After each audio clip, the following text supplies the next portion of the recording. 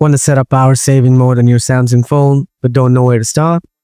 It's important because power saving mode helps your phone last longer when the battery is low. No need to worry. Here's a complete guide to help you configure power saving mode easily. Let's get started. Open up the settings, scroll down a little bit, tap on battery. After that, tap on power saving. From here, you can turn on and off the power saving option. If you scroll down a bit, you'll see more options right there. If you want to configure these settings, first make sure to turn off power saving option from the top. After that, you can configure these settings. If you want to save your battery health, then turn on all these settings. After that, tap on the three dots from the top right corner. Then tap on the adaptive power saving.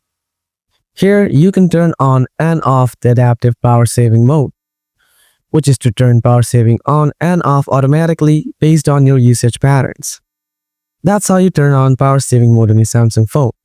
If this helped you, don't forget to like, comment, and subscribe. Thanks for watching.